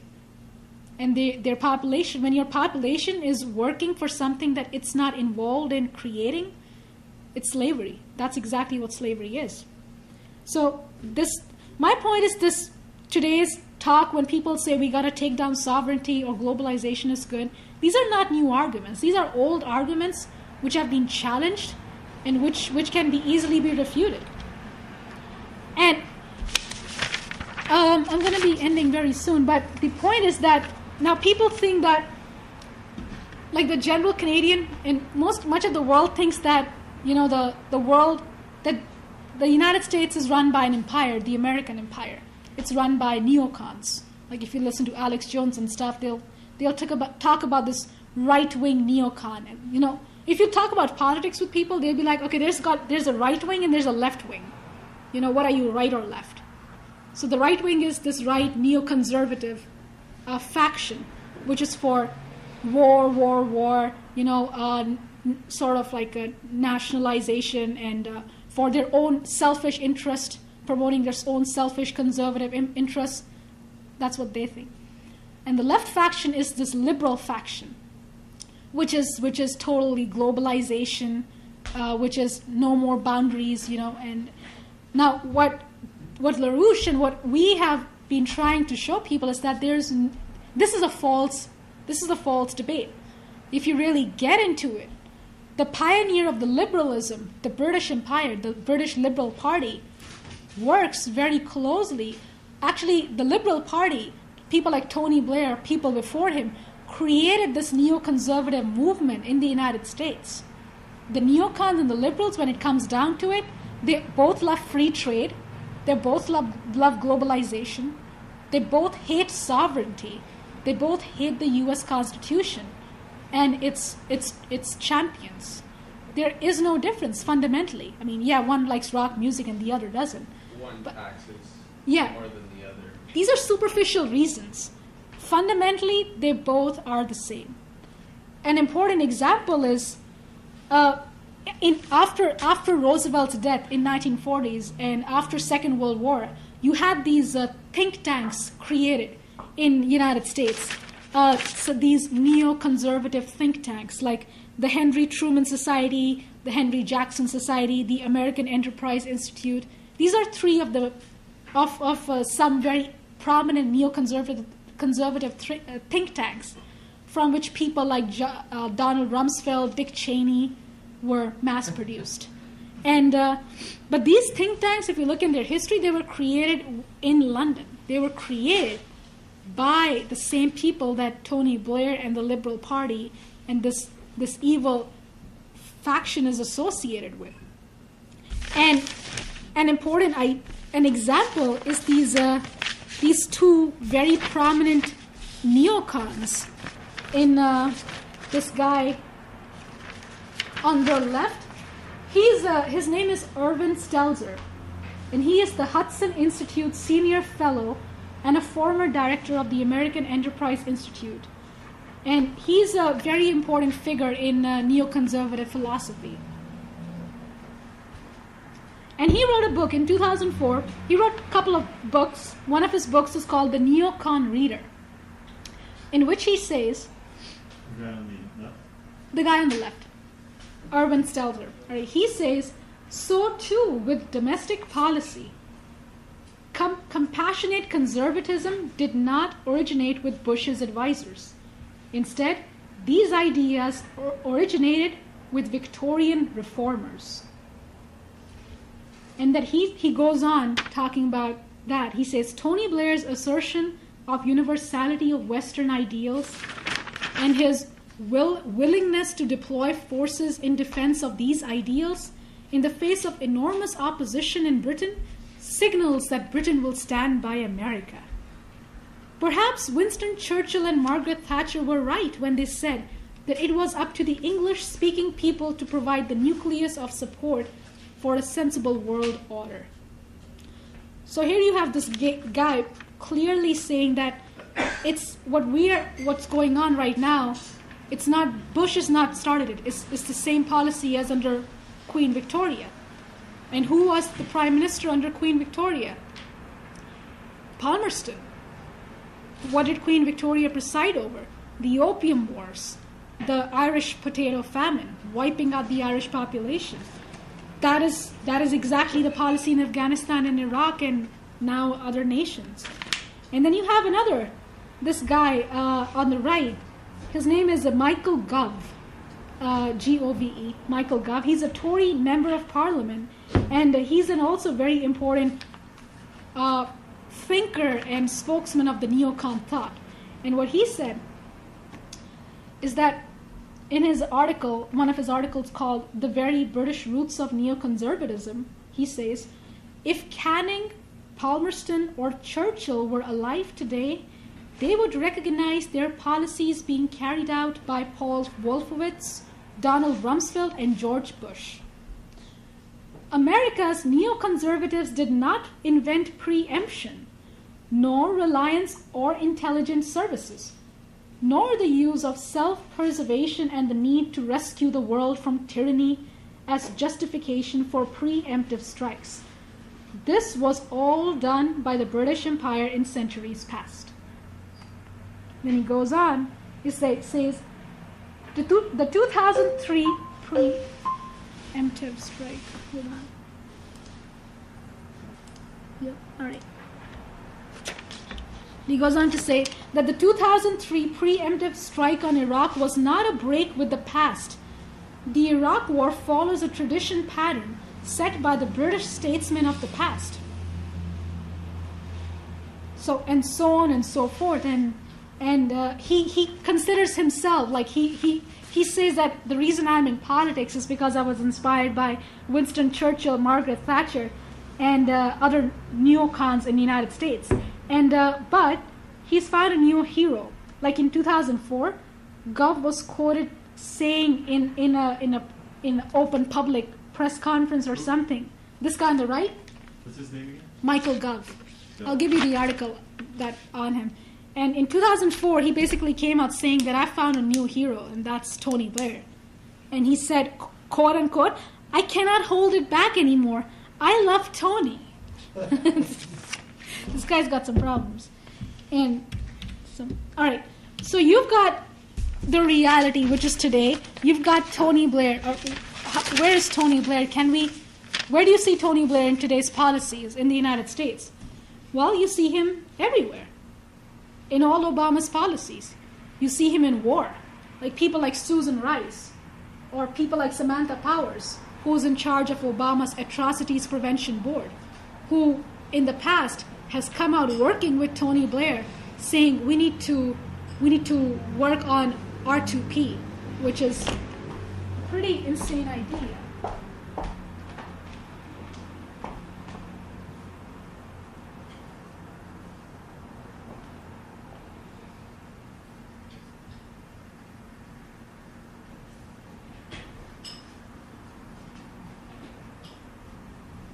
Responsibility to protect, which is something that Tony Blair pioneered, like in late 1990s and 2000s. He came out saying, okay, we need to find a third way.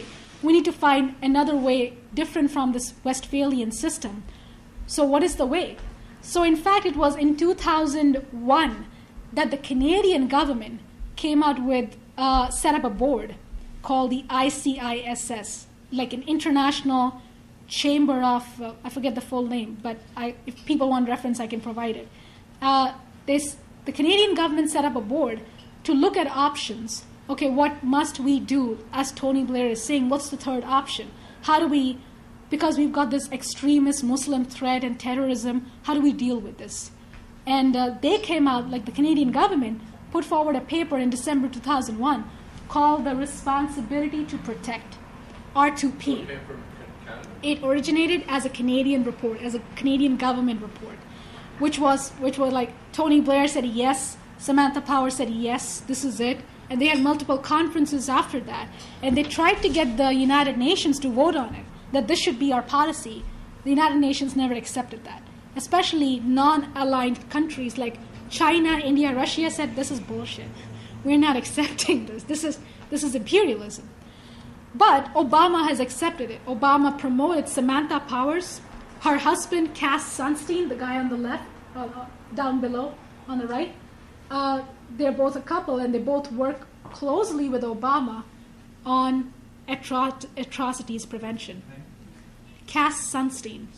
He's a Harvard professor. He's now retired. But for the past 3 years, he was in Obama's administration working to crush free speech. And we produced a couple of good stuff on him. He's a fun guy to attack. And also like Susan Rice, our spokesman in the United Nations, what we must do, we must bomb Syria. Before any investigation came out from the United Nations, okay, shouldn't we look into these massacres that are happening? No, we must go into that and bomb the shit out of it, just like Iraq and Afghanistan. So you've got this Tony Blair policy written all over it. These people work with Tony Blair.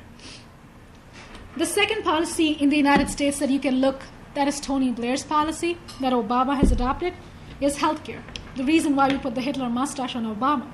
Because Obama came out with a policy just like Sir Donald Berwick, which is the head of the British Healthcare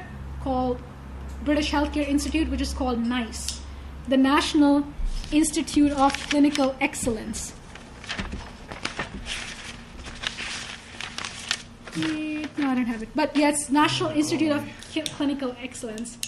And the guy above, I forget the name, but he's also the leader of the British Institute in Healthcare, which is called the NHS. Oh, Simon Stevens. Michael Stevens, I think. No, Simon. Okay, well, he's an important factor. They both work with Tony Blair. They both were brought into the United States by Obama. Now, an example of what they say, like the reason why we attacked Obama's healthcare is that because Obama's healthcare says we put a price on you. We put a price on your disease and your age. And what is that? All right, so this is an interview. The full interview is down below the link. If people want to read it, they should. So I'll ask the questions, and Meredith, you can answer. Sure. So this is an interview with I think it's the guy on the top. So why is NICE needed? Shouldn't you get the drugs you need when you are sick, regardless of the cost? All healthcare systems are facing the problem of finite resources and almost infinite demand. And all healthcare systems have implicitly, if not explicitly, adopted some form of cost control. In the US, you do it by not providing healthcare to some people. We're best known for looking at a new drug, device, or diagnostic technique to see whether the increment in the cost of that treatment is worth the increment in the health gain. How is that measured? Well, it's based on the cost of a measure called the Quality Adjusted Life Year, or QALY. A QALY scores your health on a scale from 0 to 1. 0 if you're dead, and 1 if you're in perfect health. You find out as a result of a treatment where a patient would move up the scale. If you do a hip replacement, the patient might start at 0.5 and go up to 0.7, improving by 0.2. You can assume patients live for an average of 15 years following the hip replacement. And 0.2 times 15 equals 3, quality adjusted life years. If the hip replacement costs £10,000, about $15,000 to do, it's 10,000 divided by 3, which equals 3,333 pounds, about 5,000 bucks. That figure is the cost per quality. So if that doesn't make you sick, you can read the whole interview. So pretty much that your quality, that is, your healthcare is determined by how much, like, if you're 90 years old, and if we do your health replacement, if you're only going to live 2 years, it's not worth that much. Maybe you should die. That's the way they figured That's the way they did in Britain, and this is what Obama adopted, which is what created the storm.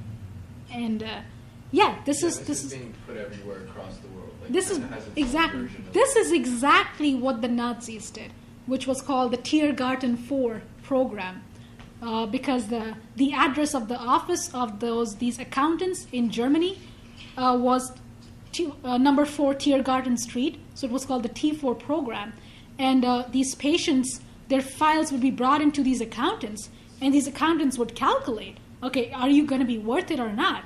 And I'm sorry, you're not going to be worth it, so we're going to send you back to work camp, or we're going to just not pay for you. That is fascism.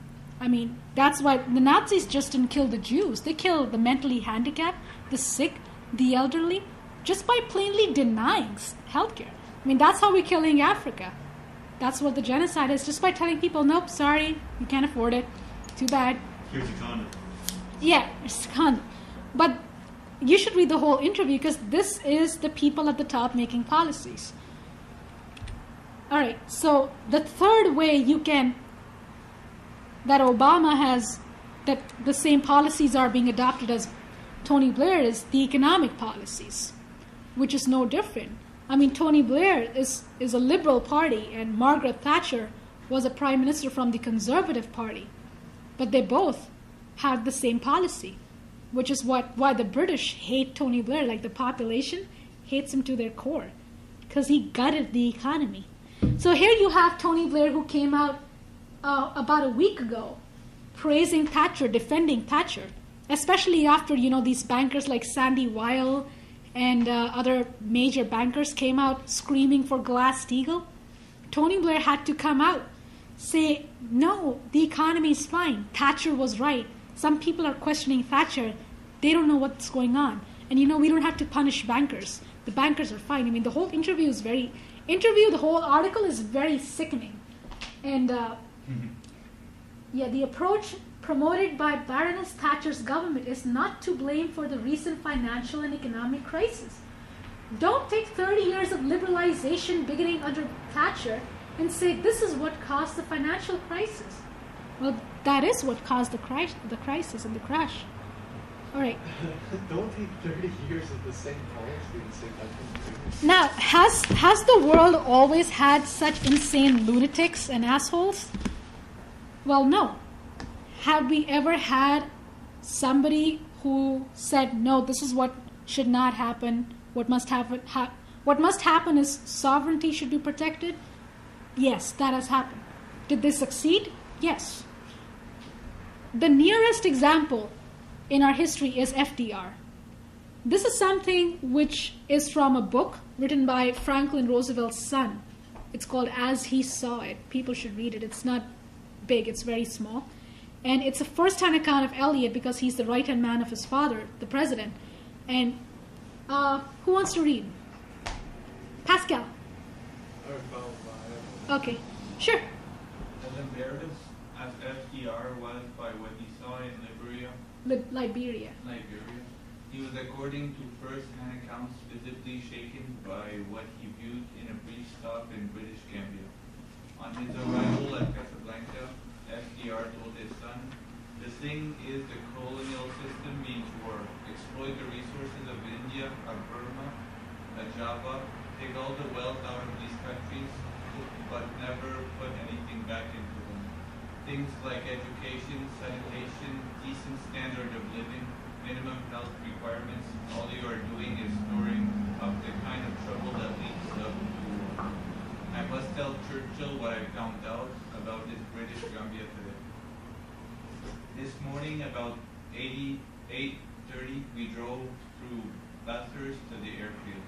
The natives were just getting to work in rags, glum-looking. His British host told us that the natives would look happier around noontime. when the sun would have burned off the dew in the chill. And that's in Britain. That's not even Africa. That's what what FDR saw in Britain. Like that's how they treat their worker class. Read on. I was told that the prevailing wages of these men was 1 and 9. 1 shilling 9 pence, less than 50 cents a day. 50 cents a day, besides which they are given half a cup of rice. Dirt, disease, very mortality rate. Very high. Very high mortality rate. I asked life expectancy. You'd never guess what it is. 26 years. These people are treated worse than livestock. Their cattle live longer. Churchill may have thought I wasn't serious last time at Argentia. He'll find out this time. Bam. There you have it. Okay, this is a separate account from the same book. Go on. FDR told Elliot as meetings got underway, we've got to make it clear to the British from the very outset that we don't intend to be simply a good time Charlie who can't be used to help the British Empire out of tight spot and then be forgotten forever. I think I speak as America's president when I say that America won't help England in this war simply so that she will be able to continue to ride roughshod over colonial people. They were bitter arguments over Roosevelt's plan to provide the Russians with our American material support, with Churchill declaring that such aid was wasted and that Russia and the aid would fall to the Germans.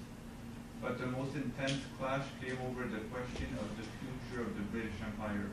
Roosevelt initiated the discussion by clearly turning the British free trade ideology against themselves, demanding an end to the empire preferences. Right. Because, I mean, the British never adopted free trade. In Britain, while in China they said opium, if you're banning opium, you're destroying the free trade. Queen Victoria had banned opium in Britain. The Britons were not taking opium. It was banned. So they themselves don't follow their own free trade. They control the free trade. All right, so this is a very fun dialogue between Churchill and Roosevelt. So I need somebody, Meredith, you can be Roosevelt and you can be Churchill. All right, so Churchill, go on. British Empire trade agreements. Our father broke in. No, yes. That's it. Okay. Yes, those empire trade agreements are a case in point. It is because of them that the people of India and Africa, of all the colonial Near East and Far East, are still as backward as they are. Churchill's neck reddened and he crouched forward. Mr. President, England does not propose for a moment to lose its favored position among the British dominions. The trade that has made England great shall continue, and under these conditions prescribed by England's ministers. You see, it is along in here somewhere that there is likely to be disagreement between you, Winston, and me. Yeah, go on, Roosevelt. I am firmly of the belief that if we are to arrive at a stable peace, it must involve the development of backward countries, backward peoples. How can this be done? It can't be done, obviously, by 18th century methods. Now, who's talking about 18th century methods? whichever of your ministers recommends a policy which takes raw materials out of a colonial country, but which returns nothing to the people of that country in consideration. 20th century methods involve bringing industry to these colonies. 20th century methods include increasing the standard of living by educating them, by bringing them sanitation, by making sure that they get a return for the raw wealth of their community. You mentioned India. Yes, I can't believe that we can fight a war against fascist slavery and at the same time not work to free people all over the world from a backward colonial policy. What about the Philippines? I'm glad you mentioned them. They get their independence, in 1946, and they've gotten modern sanitation, modern education. Their rate of illiteracy has gone steadily down. You got to be more angry. There can be no tampering with the empire's economic agreements. They're artificial. They are the foundation of our agreement, of our greatness. The peace cannot include any continued despotism. The structure of the peace demands and will get equality of peoples. All right. So this is what Roosevelt was up against. This is what he understood, that you're up against an oligarchy. Like that's the Greek god Zeus, which in ancient Greek mythology represented, an oligarchy which everybody must serve. And that is a painting which is a very good example of evil, of how the oligarchy eats its, like that's a person, that's a demon eating its children. Saturn. Okay. That's Saturn eating its own children.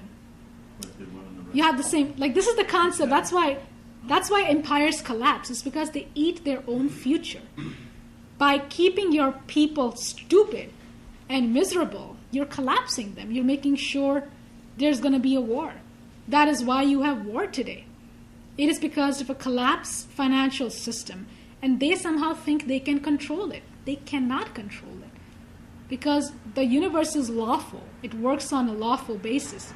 If you make people hungry and backward and uneducated, you're not going to control it for longer.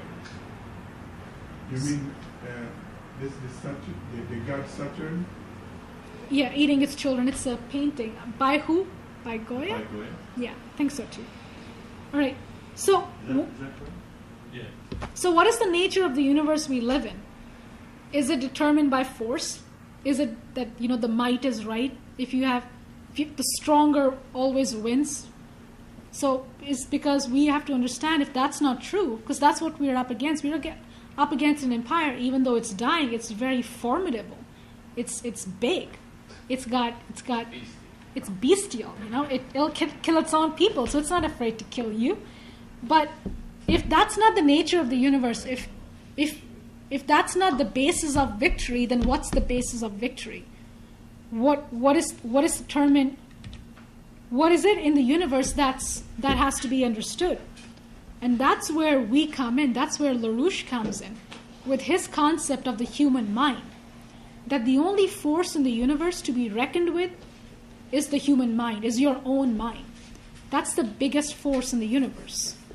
And that's something that comes through rigorous work, intellectual work, and passion. Passion for mankind. Passion for the future. Which is something, a beautiful concept here, which is, this is Archimedes.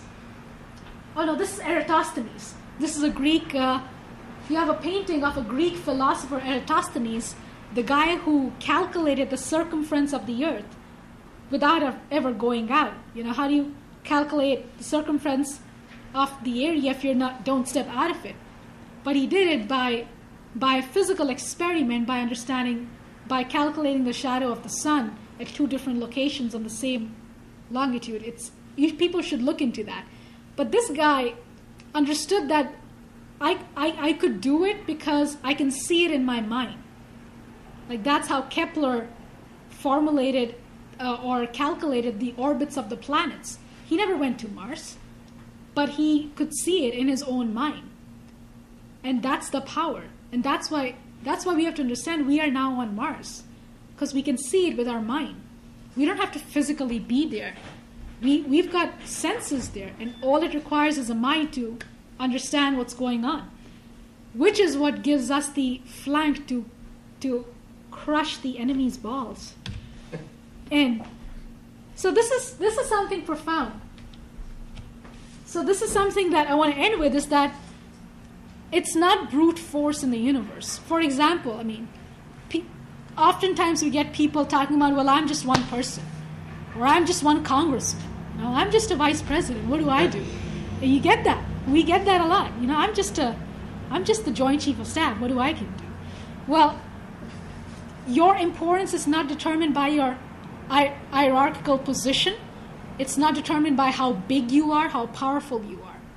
Because look, which is the highest, most dense, most powerful source of energy that we know of today? It's nuclear. What is the size of that atom? It's nothing. It's nothing. But it is way more powerful than coal or petroleum or big chunks of wood. I mean, it's immeasurable. But its power comes from us understanding its geometry. Our power, our superiority comes from understanding the physical nature of the atom, of the universe. And from utilizing that weak force, and once you utilize that, you create a revolution, you create a big bang. And it's really paradoxical that the smaller you go, like we know that the antimatter-matter reactions are even way bigger than nuclear fission, or that fusion is less than antimatter, but the energy is way bigger than fission. But yet it's way smaller in size. So it's a hard concept to grasp, but it's an important one.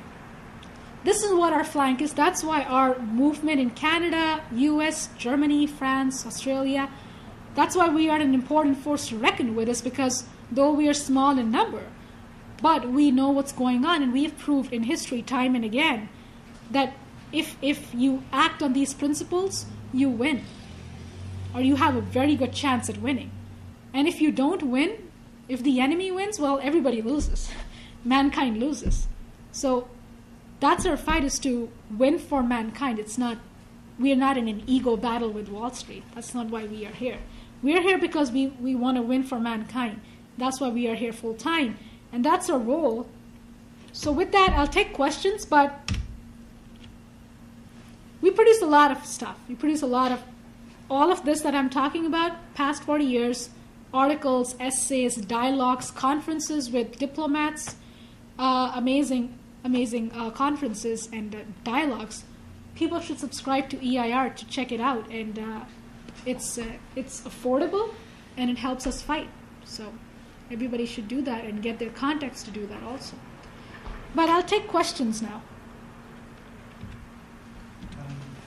Why do you call yourself Well, because we don't like the British Empire. Because, I mean, there's really no Canada.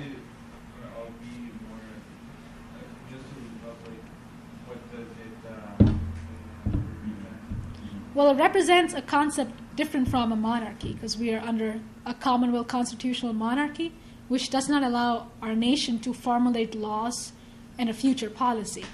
That's the technical reason, but I mean there are more fundamental reasons also. We were actually discussing this earlier today with some people, and Canada became a Commonwealth. It was considered free from the British Empire. But what about my colleague was asking? Well, how many banks does Canada have? 6. The same British banks. Okay, so the British Empire said, sure, you're a Commonwealth, but nothing happened to the British banks. They stayed. That's always been the empire. So the idea with the republic versus an imperial system is, well, who owns the banks in a republic, first off?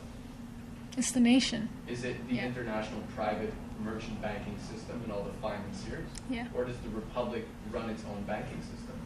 So it's a question of sovereignty and freedom. Mm-hmm. So saying monarchy is just an aspect of it, but that's the point. It represents the idea of what's running the nation, what's the principle guiding a nation. Right. So that's why it has to be a republic. Yeah, it's not just Can a republic become imperial, like in the case of? Of course it can. Yeah, Like a republic. Yeah. America, since Nixon. Yeah, America today, it's a police state. Imperial republic. Yeah. But yet it's lost all its principles, like its banking system. Wall Street is what runs it now, Right. which is part of the international merchant banking system, run out of London. So it's not acting like a republic. It's under the control of the same British banking system that has been running the show for, like they've said, 500 years. Before it was Venice, but it's the same system. So that's what you just got to point out to people that no, it's not. Yeah. Also, I mean, when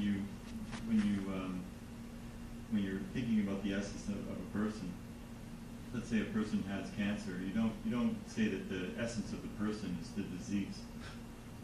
So it's because the outward expression of the United States is functioning, in appearances as an empire. It's destroying itself in the process. There's a disease in the United States. And so I think it's important to understand the principle of the law of the United States, which all of these actions have to be done contrary to. There's nothing illegal or principled about the way that the United States runs its foreign policy in the last 40, for the most part, in the last 40 years. So a big part of the fight is to get the United States to save itself by going back to the principles of its Constitution, which will actually make it a healthy nation again. The United States is not an empire. It is a nation controlled by an empire. Mm-hmm. And that's a different thing. Mm-hmm. Any other questions? Yeah. Okay. All right, well, everybody's a genius now, I guess. Nobody's got any questions. Everybody's sold on ending the British Empire and fighting. Now, excuse me. Yeah.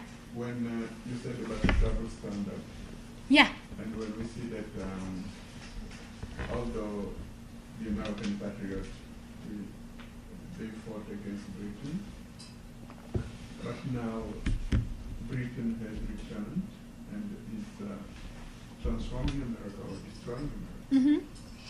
And the American Constitution or laws are almost not powerful enough even to detect when somebody is betraying America. Mm-hmm. This is what really bothers me. I don't see it sometimes. Because America should be the nation who should stop or help the world. And America is la République constitutionnelle. A constitutional republic. But now, when we look at America, of course, we patriot, we believe that the early patriot, like General Washington or Jefferson, or the early Americans. Called the 7 minutes of terror, kind of really dramatized the whole process of the whole thing landing, and it's a good video to watch. And then it was the Curiosity itself, the mission was televised live all over through the internet to the whole planet, and it was played in Times Square.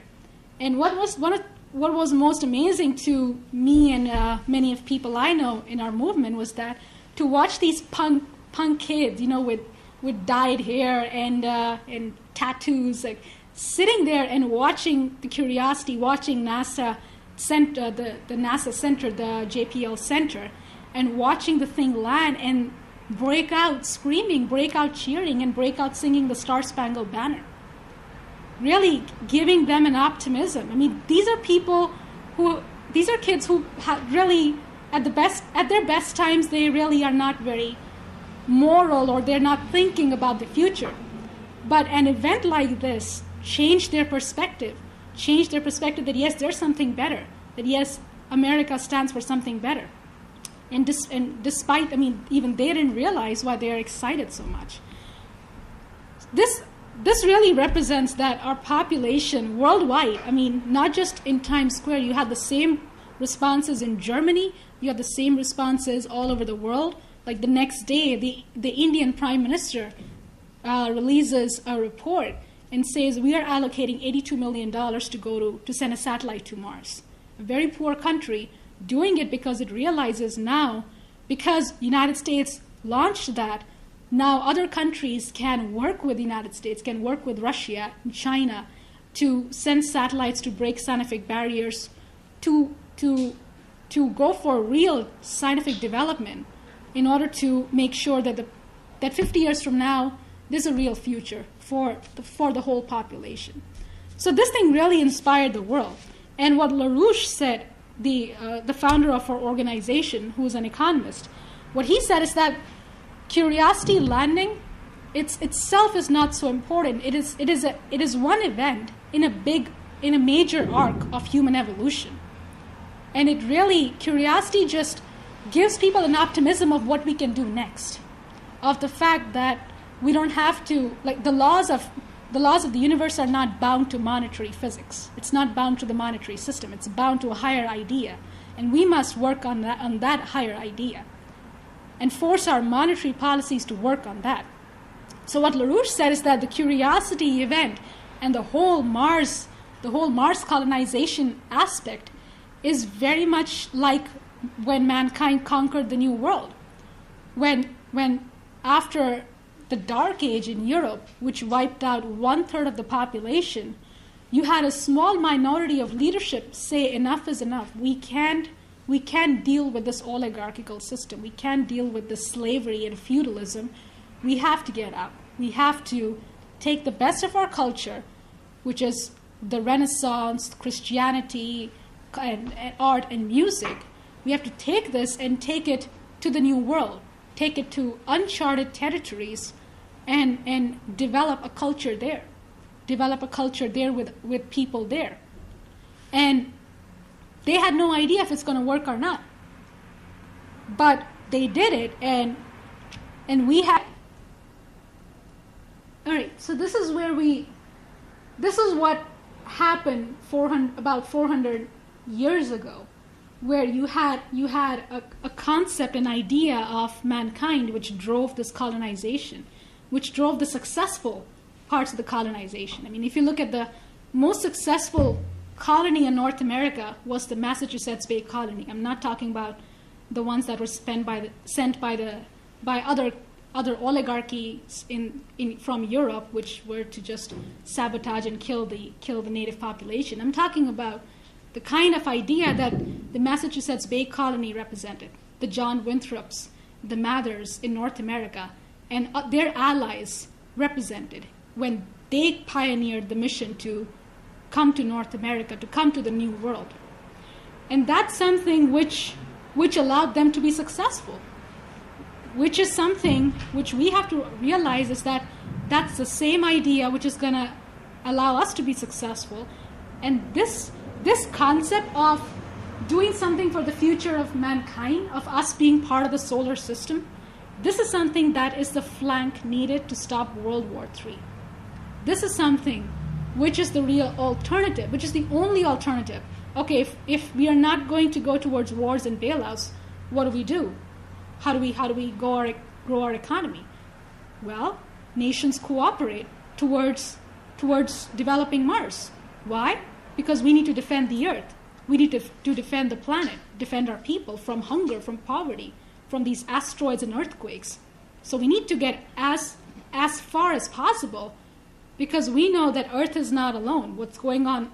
What is causing Earth? I mean, even things like cloud formation, we know that it's caused due to solar storms, changes on the sun. So we must understand what is the world we are living in order to protect the Earth, in order to defend the Earth. Which is why we must go to Mars.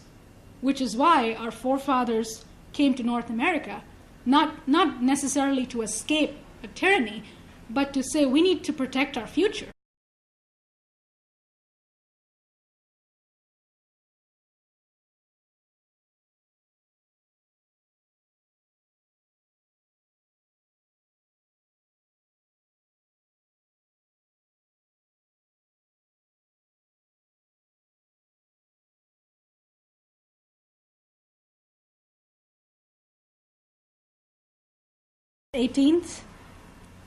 We are in a pretty hot phase right now, politically speaking.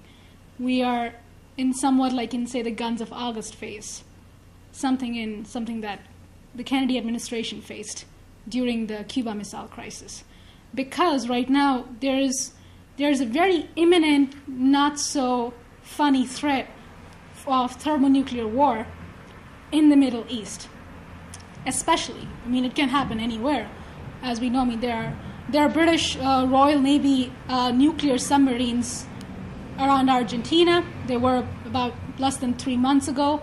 And there are various triggers for regional conflict all over the world. There's in Africa, in Southeast Asia, and so on and so forth around China. But particularly what my briefing and class, we're going to be going through about 2-hour session here, where I'm going to be presenting, first of all, a very brief outline where at what point we are at. And then my class is going to be on how exactly does the oligarchy operate? What exactly gives them the flank, the upper hand always, and what is it that the population misses?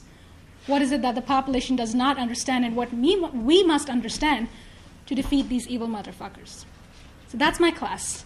And I'm going to use Tony Blair as a case study because he's an important character, an important player. And to really, my idea is for people to really understand there's a total lack of void. There's a void of leadership in decision making. Like people who we entrust to make decisions don't have a fucking clue what's going on, how the history works, how mankind works, how the world works. They don't know, and therefore that should panic people, and that should force people into understanding these principles on how does the world work, how does mankind work, and how we must get out of this. And because there's a void of any sane voices right now, if we speak up and if we fill in that void, there's a big fighting chance we might actually just win. So beginning with the United States, we right now have 2 clowns, so-called, we need to create a better future, and we have to create a different horizon, and then use that in the future to then come back to Europe and smack them in their faces. That was the idea under Ben Franklin, that we're going to establish a republic, and we're going to use it. We're going to use it to free other nations. We're going to take this example and inspire other nations to do it. And we inspired China to do it, like Sun Yat-sen was inspired by Abraham Lincoln. And Japan was inspired, and all the major industries in Europe were inspired under Ben Franklin. I mean, we produced a lot of material. I know I don't want to go into too much, but the fact is that my point is that what's going on in Mars right now should inspire people and make people very, very happy. There is a future. We've been on Mars, and it's something which the oligarchy can't take away. What's Obama going to do? Go to Mars and bring back the rover? I don't think so. So the point is, there's a certain milestone in history created. You can't take it away. Nobody can take it away. No amount of oligarchy or tyranny or insanity in the world can take away the fact that we are now on Mars. So it has begun. Mars colonization historically has begun. People are optimistic. Scientists are working towards it internationally. And this is a very important force which, if we work on that, can explode, can really explode. And I'll go into that at the end of my class, what I really mean. But to give people an example is that, can you really inspire people day to day with it? Can we really do it? Can you really talk about this to people and people will get it? Well, yeah, they will get it. A very good example is we are running candidates. We're running 5 candidates across the United States, in different parts of the United States, for federal Congress, for the U.S. Congress. One in Texas, Seattle, Detroit area, Boston, and New Jersey. And a couple of primaries have already happened. But one of those 5 candidates from our movement is called Rachel Brown. And she made history. She made like headlines in 2009 when she was at town hall of Barney Frank, an Obama supporter Democrat on the top right. And she blatantly asked him that, why do you still continue to support Obama's policies when they're just like Hitler policies? And you had massive booing, and you had massive like shame on you, or clapping and applauding for her guts. And Barney Frank said, talking to you is like talking to a dining room table. And he just couldn't answer it. Until last week, we had about 2 clowns running for the presidency. But about a week ago, an important flank was introduced. About a week ago, you had something happen that really inspired the population that, yes, this is what the president should do. This is what the president should be like. This is what our nation must be doing. Anybody knows who that was? Or what happened last week? You had curiosity. You had a 1-ton rover change people's optimism. You had a 1-ton NASA nuclear rover land on Mars precisely where it was supposed to. I mean, the precision of the whole program was amazing. The precision is that you have a slingshot and you're aiming from Montreal to Ottawa at top of a building and you hit it right at that point. I mean, that was the precision. From here, you're aiming at one point in the valley at the base of Mount Sharp, and that's exactly where it happened. That's exactly where it hit 8 months later. So you had Curiosity, which is not just another one of the rovers we've sent. This right now means mankind is on Mars. We are now officially on Mars. We have ears, we have eyes, we have senses. We have a lighthouse on Mars. Like in the ancient times, people would erect lighthouses to navigate the ocean, to make sure that the ships don't wreck, to make sure that travel is safe, and to understand what the ocean is like. We now have a fort, an outpost, or a lighthouse on Mars. Its role, what is it doing? Well, technically, its role is to collect the sedimentation, to see what Mars is made of. Because on the surface, we know what it's made of. But what is it made of on sediments? So Mount Sharp is a huge mountain. It's bigger than any mountain in North America. And what Curiosity is going to do, it is armed with lasers. It is armed with alpha ray particle accelerators, which allows Curiosity to then with laser, it can burn rock, it can vaporize rock, and it can figure out what that rock is made of, what the constituents of the rock is. So therefore it can go back in history, it can see, okay, 50 million years ago, 500 million years ago, what was the Earth made of? What was the Mars Earth made of? And most importantly, what was the atmosphere made of? Because you can tell a lot through sedimentation. So this feat, this is something, like if people saw videos of, NASA posted an amazing video